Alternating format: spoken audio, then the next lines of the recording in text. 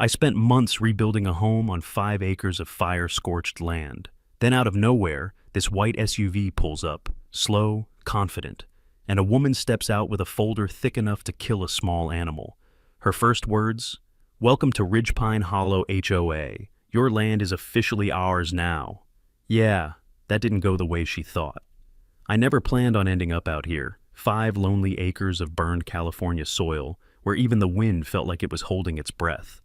But after 30 years working wildfire operations, watching flames erase entire ridgelines and rewrite the shape of towns, I thought maybe a place like this could hold still long enough for me to breathe again. The land didn't have much left when I first saw it: blackened stumps, melted metal. A foundation warped so badly it looked like the earth had sighed and given up. But there was a kind of honesty in it, nothing fake, nothing hidden, just the truth, laid bare in ash and silence. And I'll admit something I don't share with many people. The first time I stood there, I found myself talking to the trees. They were nothing but charred poles sticking out of the ground, but I said it anyway, quiet, almost embarrassed. "Don't worry, I'll bring you back." Maybe it was the loneliness, maybe the exhaustion, maybe the ghosts of all the fires I'd walked through before. Who knows? But that whisper felt right in the moment, like the land needed to hear somebody promise it wasn't finished. The wildfire that tore through this area had taken 3 lives, destroyed dozens of homes, and scarred close to 3,000 acres. It was the kind of fire that didn't just burn, it hunted, moved like it had a personal score to settle. People in Mendocino County still didn't like talking about it. Somehow, this little 5-acre parcel slipped through the chaos. No family left, no probate fight, no HOA trying to claim it as community open space. Clean title, outside anyone's jurisdiction, a miracle in California. Or so I thought. It went up for auction through a federal surplus program, and I bought it outright for $160,000, cash, literal cash. Years of consulting work had left me with more freedom than comfort, and I trusted paper money a whole lot more than I trusted banks. The land came with a collapsed garage, a dead house, and one rule from the government. If you rebuild it to code, you can live here like it's yours. Good enough. The smell of the place hit me right away. Smoke baked deep into the soil, mixed with that iron-like tang of burned brush. Someone had painted a crooked X on what used to be the front step. Search and rescue mark, a reminder. Most people would see tragedy. I saw a second chance. So I walked the perimeter 3 times, boots crunching on brittle ash. The silence was thick, almost respectful. Even the birds stayed away, as if the land was still grieving. But beneath all that stillness, something felt alive. Not hopeful, not welcoming, just waiting. I didn't know then that I wasn't alone out there. Didn't know someone had been watching long before I arrived. Didn't know a white SUV would become the first warning sign that my new beginning wasn't as empty as it looked. Back then, it was just me, the wind, and the burned remains of a forest that wasn't ready to stop fighting. I set my hand on the cracked concrete of the old foundation and whispered again, "Let's start fresh." Rebuilding that place wasn't a single decision. It was something that settled into me slowly, the way a man decides to patch up an old truck that's been sitting in a barn too long. One piece at a time, one honest day's work after another. That's how the land started coming back to life. And in a way, how I did too. The first week I slept in a small prefab shed I set up on the north edge of the property. Just a cot, a lantern, and a heavy-duty lock I trusted more than my own instincts. Not because I expected trouble, but because trouble never announces itself, especially in places where the world has already burned once. Mornings were the first thing that felt right. Cold enough that the air nipped at my fingers, quiet enough that the only sound was the crunch of ash beneath my boots. I'd step outside, stretch my back, inhale the sharp bite of lingering smoke, and look over the broken foundation where someone else's life once stood. And I'd picture walls rising again, not the same ones, but something steadier, something earned. Then I got to work. New concrete footings, steel-reinforced beams, fire-resistant siding, triple-pane windows that could shrug off embers like raindrops. Every measurement was deliberate, every cut was clean.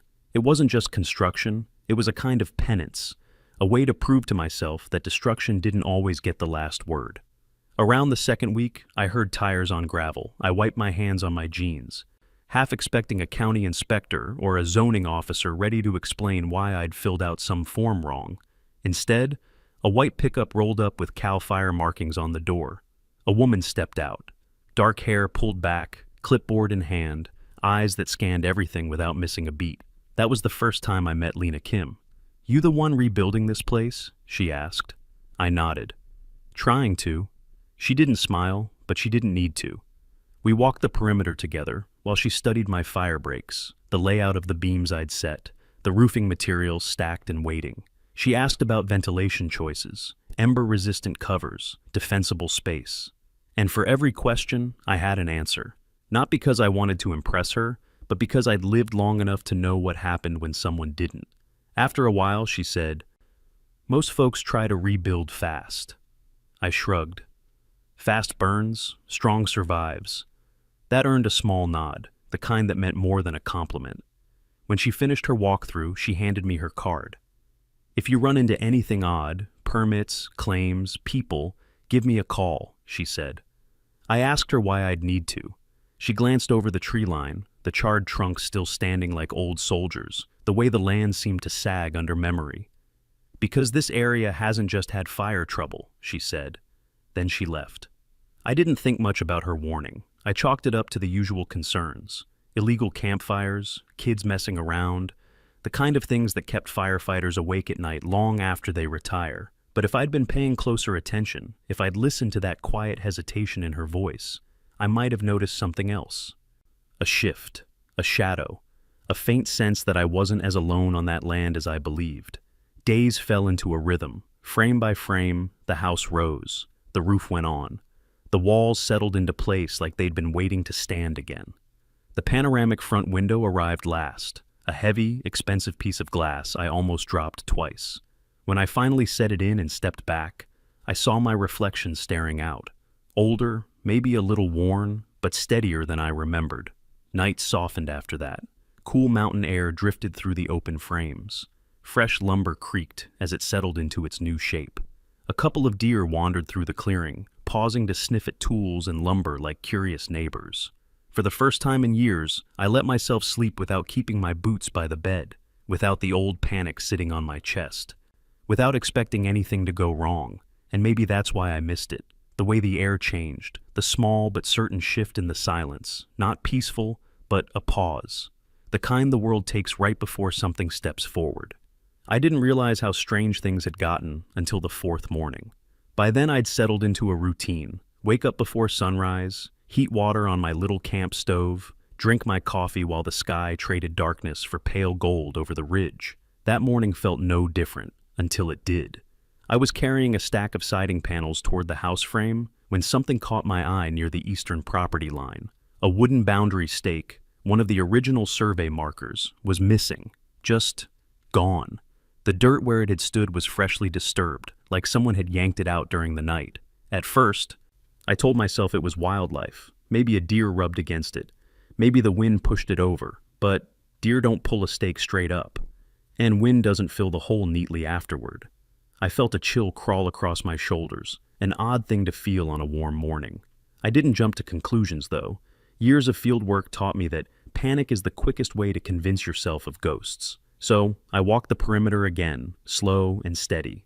That's when I noticed the tire tracks, not the deep, mud-heavy ones from construction trucks. These were cleaner, lighter, a different tread pattern entirely. They had come in from the road, curved along my fence line, then backed out, like someone had driven close, lingered, and left. I followed the tracks with my eyes until they reached the gravel road and disappeared, and that's when I saw it. A white SUV, parked just far enough down the road that I couldn't see its plates.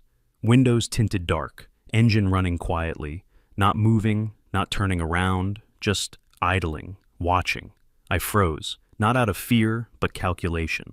Whoever was inside didn't make a mistake. You don't sit that still unless you're doing it on purpose.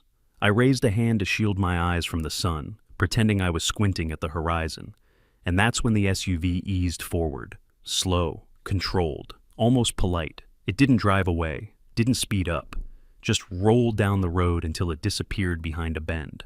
I waited a long moment, listening to nothing but the breeze shifting through the burned trees. My instincts, the ones I learned on fire lines, stirred hard. I wasn't alone. Someone had been on my property last night. Someone who wanted something. But what? There was no reason for anyone to be out here. Nearest house was a mile down the mountain road, part of a gated community I'd seen only once. A cluster of expensive stucco boxes with perfectly matched mailboxes and manicured shrubs. The kind of place where the HOA was probably as strict as the fences. But even they had no business up here. I shook off the unease and got back to work. Productivity is a kind of armor. For the rest of the day, nothing odd happened. No vehicles, no noises, no signs of visitors. And by the time the sun dipped behind the tree line, I'd almost convinced myself it wasn't worth thinking about. Almost. That night, as I sat on my makeshift porch with a cup of coffee and the stars fading in and out behind drifting smoke haze, I heard something. Not an animal, not the wind. A soft crunching sound, gravel shifting beneath slow, careful tires. I held my breath, then silence. Long, heavy silence. I waited for headlights, an engine, anything, but the night swallowed everything. And for the first time since buying the land, the quiet didn't feel gentle anymore. It felt like someone else was choosing it.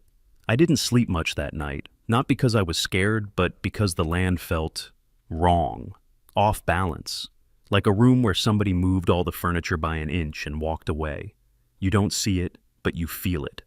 By sunrise, I'd convinced myself I needed fresh air and a stronger coffee, maybe both at the same time. I stepped outside, stretched my back, and let the cold morning settle in my lungs. The quiet was heavy, but at least it was familiar again, or so I thought. I was lifting a sheet of plywood from the stack near the garage frame when I heard the sound, an engine, low and steady, rolling across gravel with the confidence of something that believed it belonged. The kind of engine you learn to recognize after hearing it idle outside your property twice already. I set the plywood down, slow and controlled. Didn't rush, didn't turn my back on the sound. When I straightened up, I saw it, the white SUV. But this time, it wasn't parked on the road or lurking behind the bend. It came straight down my driveway. No hesitation, no pause, just a direct approach, like a summons. The vehicle stopped a few yards from where I stood. Dust settled around the tires in a lazy cloud. For a moment, nobody moved. Then all four doors opened at once. 3 people stepped out, and I understood immediately this wasn't a visit. This was a presentation. The woman in front walked like the ground should be grateful to be stepped on. Mid-50s, posture straight as a ruler, hair pulled back into a neat bun that probably had its own HOA-approved maintenance schedule. She wore a blazer the color of wet cement and a smile that looked professionally laminated. Behind her, a man in a slim gray suit clutched a thick folder. So thick it made me wonder how many trees had died for whatever nonsense he printed. And next to him, a third man wore a reflective vest with neat black letters. HOA Infrastructure Inspector, clipboard in hand, expression smug enough to qualify as its own weather pattern. The woman was the first to speak. "Mr. Curtis?" she asked, even though she clearly wasn't asking. She already knew. I nodded once. She extended her hand, palm firm, wrist stiff, like she expected me to feel honored to shake it. "I'm Karen Blackridge," she announced, "president of the Ridgepine Hollow Homeowners Association. We just wanted to officially welcome you to the neighborhood." I didn't take her hand. Instead, I let my eyes drift to the SUV behind her. The same one that had been watching me from the shadows like some overconfident predator. I gave her a mild, polite smile. "I'm not in Ridgepine Hollow." The corners of her own smile tightened, barely, like someone pulled a string too fast. "Oh, technically you are," she said brightly. "There has been some administrative redistricting since the fire." I stayed quiet. She nodded to the man in the suit, who stepped forward and opened his folder. The amount of paperwork inside made him look like he was holding the national debt. "Here's the updated boundary plan," he announced. "Your parcel now falls within the Ridgepine Hollow Protective Zone. That makes you a member by default." I took the papers, flipped through them without reading a single line, then handed them back. "Nope." Karen blinked once, slowly, like a reptile considering its next move. "Well," she said, "I understand new boundaries can be confusing." "They're not confusing," I said. "They're fake. I bought this land from the federal surplus program. Title says it sits outside any HOA jurisdiction, past or present." Her nostrils flared just enough to betray her. The man with the clipboard finally spoke. His voice had that tone certain men get when a little authority goes to their head. "We've also received concerns about your unapproved solar array," he said.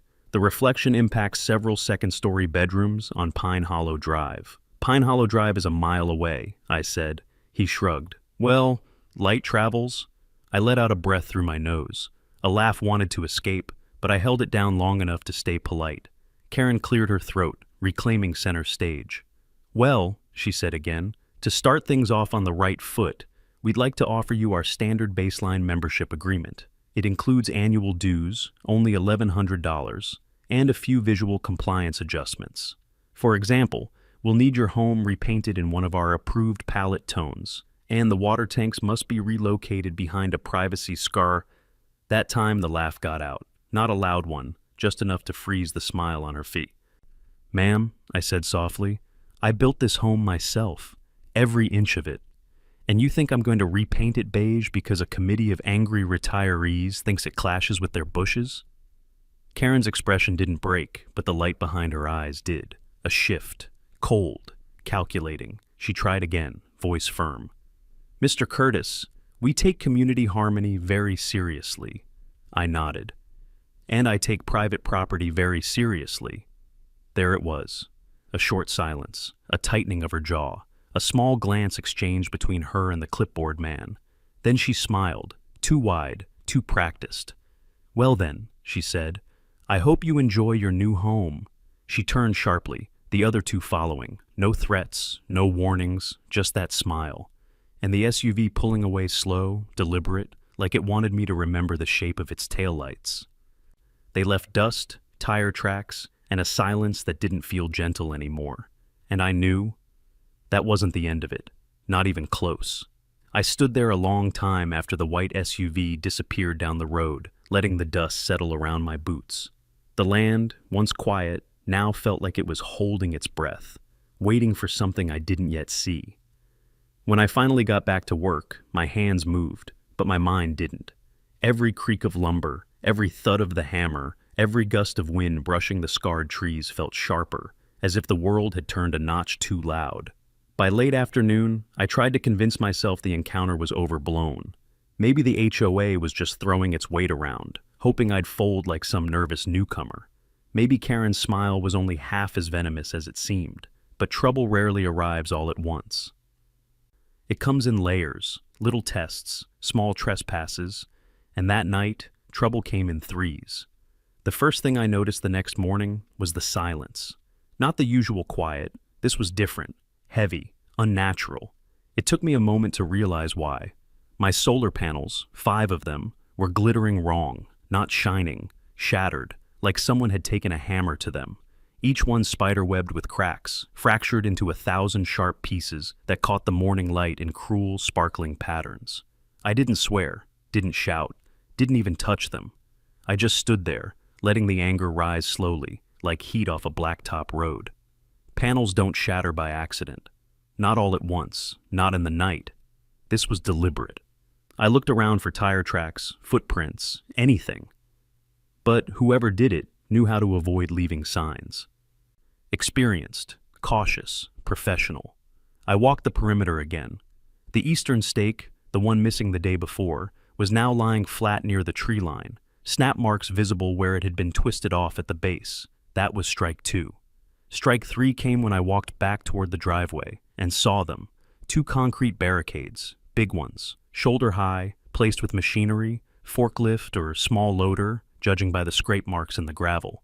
Each block was stamped with a bright red stencil, HOA property, do not enter. They didn't just leave a nasty letter, they marked my driveway like a territorial claim.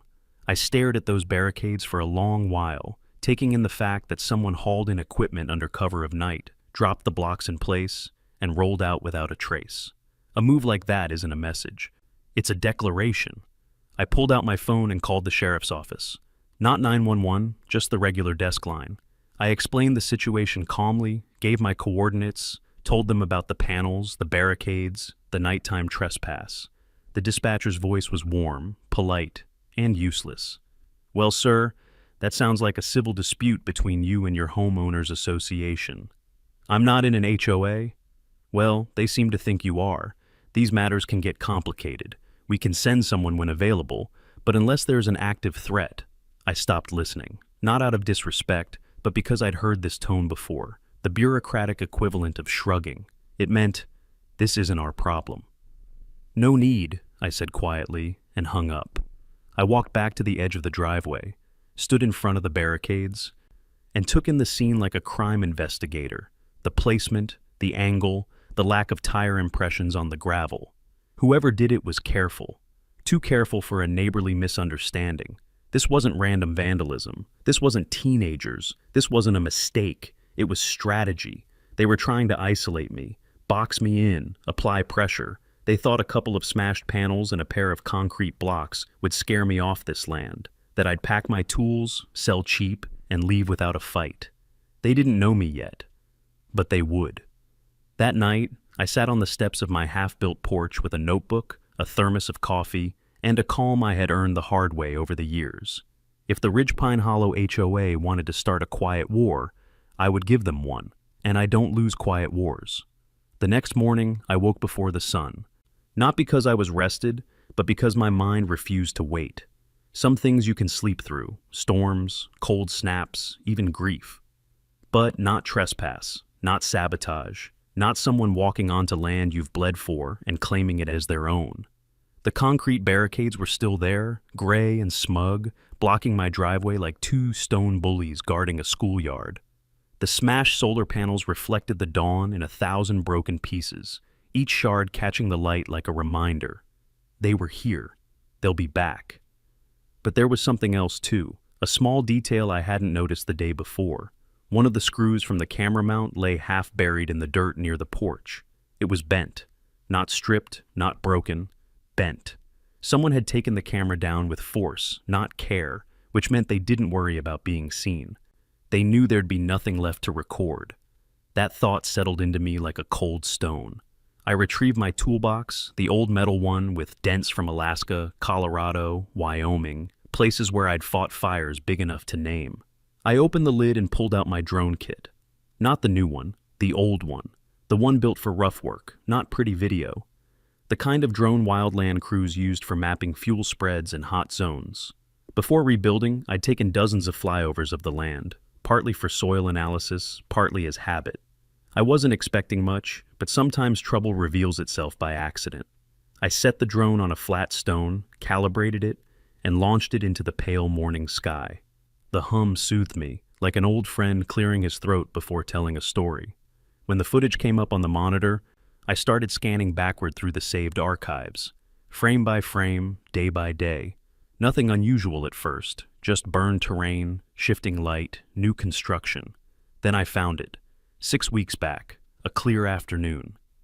The drone drifting over the western tree line, a figure, standing near the boundary, not wildlife, not a hiker, a man. He wore a dark green vest with the Ridgepine Hollow logo stamped across the back. He wasn't looking at the trees. He wasn't inspecting damage. He was holding something in his left hand, a red gasoline canister. My stomach tightened. I zoomed in, grainy but unmistakable. He walked slow, deliberate, not clearing brush, not marking hazards, moving like a man checking off a list. I froze the frame. If someone from Ridgepine Hollow had been wandering my boundary weeks before I bought the land, that wasn't coincidence. That was planning. And if they'd been carrying gasoline deliberately on a burned-out slope, that wasn't maintenance. That wasn't oversight. It was something far worse. A thought I didn't want rushed up anyway, unwelcome but undeniable. What if this wasn't just trespass? What if this wasn't just harassment? What if they'd done something long before I even set foot here? I needed more. So, I headed into town. The Mendocino Gazette wasn't a big operation, just an old brick building with peeling paint and a hand-painted sign above the door. Inside, the air smelled like dust, ink, and old news, my kind of place. Downstairs, in a cramped archive room lit by flickering bulbs, sat Thomas Wilkins, 60-something. Thick glasses, eyebrows like two angry caterpillars, the kind of reporter who still believed in digging things up even when nobody wanted them dug. He didn't look up when I entered. "If you're selling subscriptions," he said, "I already gave at the office." "I'm not selling anything," I replied. I'm looking for fire reports. Ridge Pine Hollow, last year. His eyebrows twitched upward. Oh, he said, you mean that fire? He hauled himself out of his chair with a grunt, shuffled over to a row of metal shelves, and pulled out a battered cardboard box labeled in faded marker. Wildland Type 2, unconfirmed or closed. Start digging, he muttered. I'll make coffee.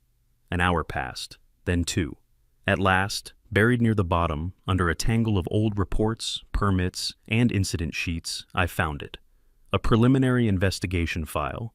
Origin, boundary fence of Ridge Pine Hollow, parcel 14B. Cause, unverified ignition source. Notes, dry fuel accumulation, wind shift, rapid spread. But one photo grabbed me by the throat. A rusted metal sign twisted by heat, barely legible words reading, Controlled burn in progress. HOA, maintenance only. The burn had been conducted 1 week before the wildfire that killed 3 people. No state permit, no CAL FIRE record, nothing in official logs. My hand tightened on the edge of the photo. They'd done it. They'd lit a fire they couldn't control, and people died because of it. Behind me, Wilkins let out a low whistle. You think this is enough? I asked quietly. He shook his head. Nope, he said, but it's where things start. And for the first time since buying the land, the silence I carried inside wasn't peace. It was purpose. I left the Gazette with the photo tucked carefully in a folder under my arm, the weight of it far heavier than the paper it was printed on. Outside, the late afternoon sun cast long shadows across the street, stretching them thin and sharp, like the truth I'd just uncovered. A controlled burn, unauthorized, unrecorded, conducted by an HOA, a wildfire that killed 3 people. And now, the same people were trying to claim my land. I sat in my truck for a long minute before turning the key, not thinking, not panicking, just letting the facts settle into place the way embers settle after a fire, slow, quiet, inevitable. If Ridge Pine Hollow had been performing illegal burns, they'd been playing with fire literally and figuratively. And if a burn they started got out of control, then the wildfire that ravaged this area wasn't just bad luck. It wasn't nature being cruel. It wasn't fate. It was negligence. And maybe worse. On the drive back, my mind worked the way it used to on investigation teams, mapping out possibilities, connections, motives. Fires don't start themselves. People do. And people with power will set a lot of things on fire. Paperwork, land, or lives, if it keeps their world tidy and profitable. I pulled into my driveway just as the last light faded behind the ridge. The concrete barricades still sat like unwelcome guests. The broken solar panels sparkled with that same cold, fractured glitter. I stepped past them, walked toward the house, and turned once, just once, to look at the land, the slope, the tree line, the burn pattern still visible in the soil. Then something clicked. Not a sound, a thought. A memory from the investigation file Wilkins had helped me dig up. Origin point, near the northwest boundary, close to the old fence line. Parcel 14B connection, suspected but unverified. I walked toward the northwest corner of my land, boots crunching over old ash and new gravel. The evening air carried the faint scent of pine trying to come back to life after the fire. The ground dipped slightly in a place I hadn't paid much attention to before, too busy building, too focused on the house. And then I saw it, a strange pattern of blackened soil, different from the rest. A shape almost like a claw mark, thin, deeper, more recent than the rest of the surrounding burn. The wildfire had passed over this spot, yes. But something else had happened here too, something separate. I crouched and brushed away a bit of loose dirt. Plastic. Not much, just the edge of something. I dug a little more, a small, half-melted tag. Warped, scarred, but still readable enough. HOA Crew 3, West Line. My throat tightened, not out of fear, but out of clarity. They'd been here, before the fire, before the sale, before I ever stepped foot on the land. And they weren't here for safety work. They weren't clearing brush. They weren't creating defensible space. They were setting the stage. For what? Expansion, absorption, control. The truth came together in a straight, ruthless line. Ridge Pine Hollow wanted this land. They considered it buffer territory. They lit a controlled burn to clear it. The fire got away from them.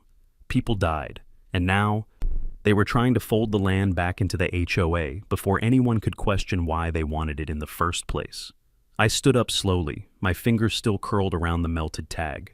In my career, I'd seen fires started by accident, by lightning, by poor judgment, by carelessness, but never, not once, had I seen one started by a homeowners association. It made a kind of awful sense. Some people file lawsuits, some people forge signatures, some people move fences. But Ridgepine Hollow, they used fire, and now they were using intimidation, vandalism, and forged boundaries to finish what the flames didn't. I looked toward the road, empty, quiet, harmless in appearance. But the quiet wasn't fooling me anymore, not after everything I'd seen, not after everything I'd uncovered. They started this fire, and they weren't done, not yet. I didn't sleep much that night. I sat at my small table with the melted tag resting between my fingers like a burnt piece of truth. Every so often I'd turn it under the lantern light, watching the warped plastic catch the glow. It looked harmless, pitiful even, but it was a piece of time, a fragment from before the blaze, a breadcrumb someone thought the fire would erase. It didn't. Close to midnight, I pulled out my old laptop. The thing was slow, loud, and temperamental, like an aging hound dog, but reliable enough for what I needed. I spread every county map, plat, zoning overlay, and fire district diagram across the table. My rebuilt house wasn't fully furnished yet, but the garage floor looked like a crime lab. I started cross-referencing everything. Every document the HOA showed me. Every public file from the county's digital archives, every historical land record, and all the federal surplus documentation tied to my purchase. Most of it lined up. Most, not all. One set of maps stood out. The official county GIS layer, the one with clean lines and color-coded parcels, still showed my land as unincorporated, sitting comfortably outside Ridgepine Hollow. But the HOA map, the one the suit presented with that self-satisfied flick of his wrist, it was different. The boundary line curved inward like a greedy hand reaching for something it had no right to touch. And that curve, smooth, polished, professional, was dated 4 months ago. Too new, too convenient, too perfect. You don't redraw county boundaries quietly, not in California. There should have been hearings, notices, signatures, public comment periods. Bureaucracy moves like a glacier, slow and loud. This map moved like a knife. Someone slipped it into circulation through the cracks, and someone inside the county stamped it with pending review, which is bureaucratic code for don't ask questions. I leaned back in my chair, letting the weight of it settle. The HOA didn't just want my land. They'd been circling it long before the fire, and they'd been doing it through channels meant to protect property owners, not prey on them. I took photos, filed complaints, attached drone footage, the melted tag, everything. The responses trickled in. Pending review. Under administrative evaluation. We appreciate your patience. Meaning, someone told us to stay quiet. Then came one letter that made me sit up straighter. Your parcel is part of a recovery zone under preliminary ecological oversight. That phrase didn't belong to zoning. It belonged to someone inventing authority where none existed. Fear or money. I didn't know which one Ridgepine Hollow used, but I intended to find out. I was just about to pack up my maps when my phone buzzed. Late, past midnight, unknown number. I almost didn't answer, but my gut, the same instinct that made me buy this land in the first place, told me to pick up. Hello? Curtis? The voice was gravel and smoke. Wilkins, the old reporter. Wilkins, it's midnight. Shut up and listen, he growled, more urgency in his voice than I'd ever heard. I found something. Or rather, something found me. My spine went still. What is it? An envelope, he said, shoved under the Gazette's back door an hour ago. No return address, just your name on top and a single sheet of paper inside. The air in my room shifted. Read it. I heard the rustle of paper, slow, deliberate, then Wilkins's voice, low and heavy. Karen gave the order. I warned them about the wind. They ignored it. They lit it anyway. I have the recordings. If I stay, I'm dead. M. Silence poured through the line. M. My mind flashed back to the first day they stepped out of the SUV. Karen, the lawyer, and the man in the reflective vest, the one with the clipboard, the one who didn't talk much, Marcus. Wilkins, I said, my voice flattening into something cold and steady. Don't lose that letter. What are you gonna do? I looked at the melted tag on my table, at the forged maps, at the barricades blocking my driveway. I'm not just digging anymore, I said quietly. I'm going hunting. I didn't sleep after the call with Wilkins. Couldn't. I spent the rest of the night pacing the length of the house, the melted tag in one hand, the anonymous letter's words looping in my head. Karen gave the order. I warned them about the wind. If I stay, I'm dead. M. By dawn, I wasn't tired. I was focused. There was only one person in Ridgepine Hollow whose name started with M and had access to burn crews, boundary maps, and HOA infrastructure. Marcus Delaney, the clipboard man, the one Karen had brought along like a loyal hound or a reluctant accomplice, the one who barely spoke, barely made eye contact, and now, apparently, the one who decided he'd had enough. Around mid-morning, as the sun climbed over the ridge, my phone buzzed again. Another unknown number. I answered. A shaky voice whispered, "It's me. I can't talk long." "Marcus?" A pause, then a quiet, broken breath. "Yeah." I stepped outside, scanning the tree line out of instinct. "You picked a dangerous time to call," I said. "No," he replied. "The dangerous time was waiting this long." His voice wasn't smug or confident anymore. It was the voice of a man who'd seen a line crossed and realized too late he was standing on the wrong side of it. "Tell me where you are," I said. "There's a diner off Route 20, he whispered. "Back booth, no cameras. If you're coming, come now." The call ended. Route 20 cut across the county like a scar, long, straight, and sun-faded. The diner sat right where I remembered it, a chipped green awning, flickering neon sign, and parking lot gravel that crunched like broken glass under my tires. Inside, the air smelled like burnt coffee and fried onions, comforting, familiar, and honest. A place where secrets had been traded long before I walked in. Marcus sat in the back booth with his hood pulled low and sunglasses on, indoors at lunchtime. Not exactly subtle, but fear makes people sloppy. He looked smaller without the reflective vest, less sure. His hands trembled around a mug he hadn't touched. When he saw me slide into the booth across from him, he exhaled with relief. "You came." "I'm here," I said. "Now talk." He swallowed hard, eyes darting toward the windows. "You were never supposed to buy that land," he said quietly. "It wasn't meant to be listed. Federal surplus doesn't ask the HOA for permission. They do when someone inside the county tells them it's contested." I felt something cold settle in my chest. "Who told them?" "Karen," he whispered. "And the fire?"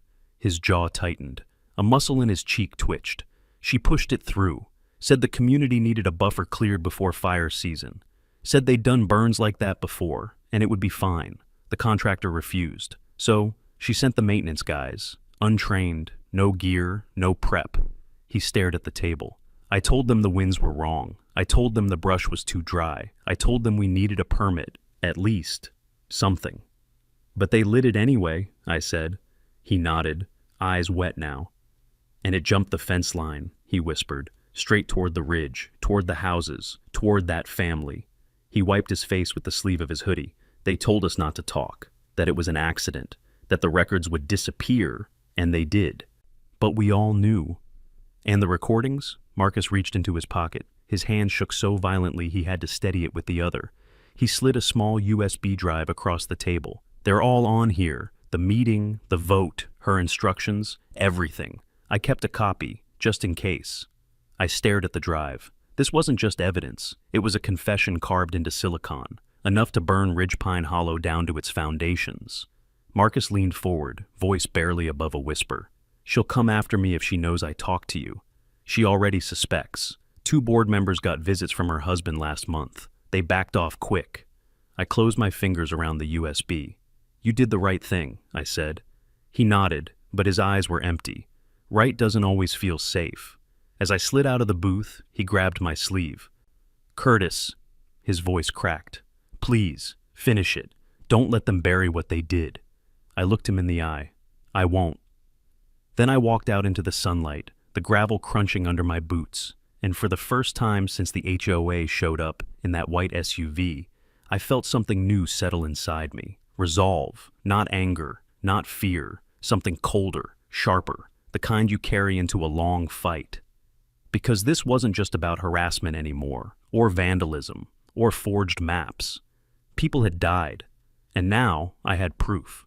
Driving back from the diner, the USB drive felt heavier than anything that small should. I kept it in my jacket pocket, close enough to feel its shape every time I breathed. That tiny piece of plastic held the truth, the kind people kill to bury and prosecutors dream of finding. By the time I reached my land, the sun was high and the wind was kicking up dust devils along the driveway. The concrete barricades were still there like two silent judges. The smashed solar panels glinted in the daylight like broken promises. I didn't look at any of it. I went straight inside, shut the door, locked it out of habit, and for the first time since rebuilding, I took out my satellite phone. There was only one person I trusted enough to call. I'd met her weeks back when she examined my fire breaks and gave me that quiet, professional nod a firefighter gives another when they recognize their own. Lena Kim, CAL FIRE investigator, a woman who didn't waste words or patience. I dialed the number on the card she'd given me. She picked up on the second ring. Kim, it's Curtis. A pause, not surprised but alert. What happened? Found something, I said. And I think you are the only one who will understand the weight of it. Another pause, shorter this time. Talk. Not over the phone, I replied. It's sensitive, bad, maybe criminal. Her voice dropped half an octave. Where are you? My place? I'll be there in 20. She hung up. When Lena arrived, she didn't come in a marked vehicle. She drove an old Tacoma with mud on the tires and a dent in the rear bumper. Exactly the kind of truck you bring when you don't want attention. She stepped out, eyes scanning the property the way a seasoned fire investigator scans a burn site, quiet, methodical, calculating the unseen. Her gaze stopped on the barricades. Those new? She asked. I nodded once. She didn't answer, just clenched her jaw and motioned toward the house. Inside, I laid everything out on the table, the fake maps, the county letters, the drone footage, the melted tag. Finally, I placed the USB drive on top. She didn't sit. She didn't speak. She examined each item with the precision of someone cataloging evidence at a fatal fire scene. When she finished, she looked at me with eyes sharper than the ridge winds. Where did you get this? She asked, tapping the USB. Anonymous letter. Reporter found it under his door. Came from someone inside the HOA. Marcus Delaney. Her posture shifted, almost imperceptibly. Marcus? HOA maintenance crew? Infrastructure inspector, I corrected. Her expression darkened. And he says Karen ordered the burn? Yes. He says he warned them about the wind? Yes. And he has recordings? I pushed the USB closer. She didn't touch it, not yet. Instead, she picked up the melted tag. This, she said quietly, is enough for me to open a preliminary report. Then she looked at the papers again. But this, she tapped the forged boundary map, is jurisdictional fraud. And the burn? I asked. She met my eyes. If what's on that USB matches what you're telling me, it's involuntary manslaughter, maybe more. We stood in silence for a long moment. Outside, the trees swayed gently, oblivious to everything humans ruin and hide. Then Lena exhaled, slow and deliberate. I'm pulling in the Department of Natural Resources, she said, and DOJ's Environmental Division. This won't stay local, not with fatalities. Good, I said. She studied me for a moment, as if measuring what the past months had carved into me. You know what's coming, right? She asked. Pushback. More than pushback. They'll panic. People like this don't sit still when their lies catch fire. I'm ready, I said. She nodded. Then finally, she picked up the USB drive, holding it between two careful fingers like a match she knew could burn a forest down. This, she said, changes everything. As she slid it into an evidence pouch and sealed it with a firm press, she added, I hope you understand something, Curtis. What's that? You're not the only one standing on a crime scene. She looked toward the ridge, the burn scars, the line where the fire had crossed onto my land. An entire county is, she said, and now we're going to prove it. She headed toward the door but stopped before stepping outside. When I call you again, she said, it'll be because the hammer's about to fall. And then she left. Quiet, efficient, deadly serious. A storm was coming, but for the first time since this started, it wasn't coming for me. 3 days passed, 3 long, quiet days where nothing happened on the surface, but everything was moving beneath it, like a fire smoldering underground, traveling unseen through roots and soil, until the right gust of wind turns it into an inferno. Lena didn't call. DOJ didn't write. The county stayed silent, but the air changed. You can feel it when you've worked fire lines long enough, the shift before the break.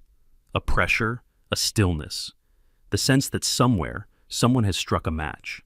On the morning of the 4th day, I was stacking lumber near the garage frame when a vibration rolled through the ground. Heavy, rhythmic, not thunder, not trucks, engines, multiple, coming fast. I stepped out to the edge of the driveway, listening. Then I saw them, black SUVs, marked state vehicles, 2 transport vans, CAL FIRE enforcement trucks, and behind them, a DOJ vehicle in dark blue with reflective lettering. They didn't just arrive, they descended. Dust exploded off the road as the convoy roared toward Ridgepine Hollow. I stood completely still, watching them pass, 15, maybe 16 vehicles, moving with the purpose of a strike force that had no intention of being polite. The last vehicle slowed as it passed my property. A window rolled down. Lena, she didn't smile, didn't wave, just gave me a single firm nod, the kind a firefighter gives before walking into the heat. Then the window rolled up and the convoy surged forward. I followed at a distance, not close enough to get in the way, but close enough to witness what I'd been waiting for. By the time I reached the entrance of Ridgepine Hollow, the gates were open, actually forced open. One hinge bent like metal that had given up after a hard shove. Agents moved with precision, shouting commands, fanning out across the pristine cul-de-sacs. Residents stood on driveways holding coffee mugs like props in a play they didn't understand.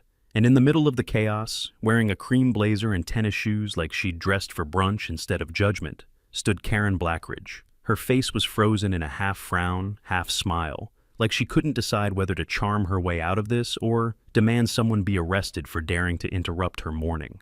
2 agents approached her. One read from a warrant. Another held a clipboard, this time not for intimidation, but documentation. Karen lifted her chin and scoffed loud enough for the neighbors to hear. "This is an overreach," she snapped. "You have no authority here. This is private property. You can't just walk in and—" "Yes, ma'am, we can," one of the DOJ agents interrupted calmly. "We have probable cause, recorded evidence, and court authorization. Step aside." Her mouth fell open just long enough for the agent to walk past her. She tried again. "I demand to speak with your supervisor." "You're speaking with him," the agent replied. And just like that, the HOA president realized her world had flipped upside down. I almost felt bad for her. Almost. But then I saw him, standing off to the side, hands on his hips, looking like he'd swallowed a live hornet. The sheriff, the same man who dismissed my report, who told me to sort it out with the HOA, who said my situation didn't sound criminal. Now he was being pushed back by DOJ personnel as they secured the scene. One agent lifted a hand toward him and said, "Sheriff, step behind the perimeter, please. This is outside your jurisdiction." His face turned a shade of red I'd only seen on fire maps. He saw me. Our eyes met. He didn't nod. He didn't apologize. He just looked small. And that was enough. This wasn't revenge. It wasn't triumph. It was clarity. Some people wear badges. Some people earn them. Inside the HOA office, agents carried out file boxes, hard drives, laptops, binders full of meeting minutes, even the office coffee maker. Don't ask me why, they take everything. A female agent walked out holding a folder labeled Controlled Burn Planning, Internal. Another followed carrying a box with a yellow sticker, Boundary Adjustments, Drafts, Unapproved. And then came the moment everything shifted from scandal to catastrophe. 2 agents emerged carrying a desktop tower wrapped in evidence tape, the exact kind of machine someone would use to hide, alter, or delete recordings. I caught Lena's eye across the chaos as she stepped out behind them. She nodded once more. It was done. The raid had begun, and Ridgepine Hollow would never recover. Karen shouted something at the agents. Something about lawyers, something about community cohesion, something about fabricated accusations. Nobody listened, because for the first time, she wasn't the one giving orders. As I watched, I felt something quiet settle inside me. Not victory, not satisfaction, relief. A deep, steady relief that comes from knowing truth is no longer your burden alone. The storm had arrived. And it wasn't aimed at me anymore. The raid was only the beginning. The weeks that followed felt strange, quiet in a way that didn't come from fear or tension or waiting for another knock at the door. This quiet was different, warmer, honest, like the land was finally breathing again. The investigation had gone federal. The indictments were public. The HOA had collapsed under its own weight, like a rotten beam finally giving way. And my land, my 5 acres of burned earth, rebuilt inch by inch, stood free. Free of claims, free of forged boundaries, free of the people who tried to take it. Every morning, I stepped outside with my coffee and looked across the clearing the way a man looks at an old friend he almost lost. The sun rose softer now. The air smelled clean again. Even the trees, charred but stubborn, seemed to stand a little taller. Life has a way of returning, even when people think they've ruined everything. Sometimes because people think they've ruined everything. It was Wilkins who suggested a gathering. He showed up one afternoon holding a pie his wife made, pecan, the kind that tastes like autumn, and said, "You ought to let people come by, celebrate, hell, mourn a little too. Both things can happen in the same place." I didn't argue, didn't need to. Word traveled fast. Too fast, if I'm honest. By sunset the next weekend, cars lined the edge of the road. People climbed out carrying coolers, folding chairs, covered dishes, and 6-packs. They came without ceremony, like neighbors stopping by after a storm to help pick up branches. Funny thing is, most of them weren't even my neighbors. Not before all this. Reporters came, but they left their cameras in their cars. County workers came, wearing plain jeans instead of uniforms. Lena drove up in the same dented Tacoma, nodded once, and handed me a box of cornbread her mother made. Even Julian Vega showed up. Tried to expense the ribs, which I still don't understand, but he shook my hand and thanked me in a quiet voice that didn't sound like a journalist at all. But the one who surprised me most was Marcus. He didn't come openly. Wouldn't have been safe. He arrived in a state vehicle driven by a protection officer, slipped out wearing a hoodie pulled low, and kept to the shadows near the garage. Only approached me after half an hour, like he wasn't sure he was welcome. He didn't need to worry. "Thought you might want this back," he said, handing me the melted tag I'd discovered weeks before. "You keep your head down," I told him. He nodded. "Working on it." And then, without another word, he stepped away. The cookout felt like something out of a different life, a life that wasn't built on ash and legal filings. Kids ran between the trees. Someone set up a card table and started dealing poker. County folks told stories about floods, fires, and the worst HOA disputes they'd ever witnessed. People from the Gazette brought copies of a ridiculous old HOA newsletter they found online, Acceptable Lawn Ornaments. We taped it to the side of the garage and took turns guessing which ones were banned. The gnome with sunglasses, of course, too rebellious. Laughter came easy, talk came easy. The land, this scarred, battered, almost forgotten patch of earth, felt alive again. As the night wore on, the air cooled and turned gold with the setting sun. The smoker worked overtime, sending ribbons of hickory up into the recovering sky. Someone played an old country song on a portable speaker. People clapped along offbeat, but no one minded. I felt something loosen inside me, something that had been wound tight since the day I bought this place. Maybe longer. The moment that stays with me, the one I'll remember long after these folks forget my name, came from a child. He couldn't have been more than 8. Clothes dusty, boots mismatched, face streaked with soot from a marshmallow gone wrong. He stood at the edge of the fire pit, holding a hot dog like it was a grenade he wasn't sure he wanted to throw. He walked up to me slowly, eyes wide, hesitant. "Are you the guy who beat the fire?" he asked. The adults chuckled, but the boy, he wasn't joking. I put a hand on my knee and leaned down, meeting him at eye level. "No," I said softly. "The fire came through and did what it does. I just didn't let it finish the job." He stared at me, thinking about that, then nodded once, solemn, satisfied, and ran off toward the trees like he had something important to tell them. Children understand survival better than adults think. Later, as the crowd thinned and the laughter softened into tired smiles, Lena approached me with a small, cloth-wrapped parcel. "From the department," she said, unofficially. Inside was a printed map, clean, crisp, professionally stamped. My land. The boundaries, the coordinates, the range lines, all marked exactly as they should have been from the start. No annexation lines, no ecological oversight zones, no HOA fingers clawing inward, just 5 acres. Free, clear, untouched. I thought you should have the version that's not on fire, she said. I didn't have words for that. Sometimes gratitude sits too deep to name. She gave a small smile, rare but real, and walked off to help fold tables. When the crowd finally drifted away, leaving only footprints and a half-empty bowl of potato salad, I took one last walk. No flashlight, no tools, just instinct and a quiet I finally trusted. I walked past the porch, past the vegetable beds, past the old oak that somehow survived the blaze, to the northern fence line, to the spot where the fire had first crossed onto the land. The soil was warmer there, not from heat, but from memory. I knelt, ran my fingers through dirt that was no longer charred, no longer angry, just dirt. Living dirt. For a long moment, I said nothing. Then, in a voice barely above the whisper of leaves, I said what I had been waiting to say since the day I first stepped onto this broken place. You're safe now. The wind carried the words into the tree line, and for the first time, the land answered by simply being still, the right kind of still, the kind that means it's finally over, and finally, home.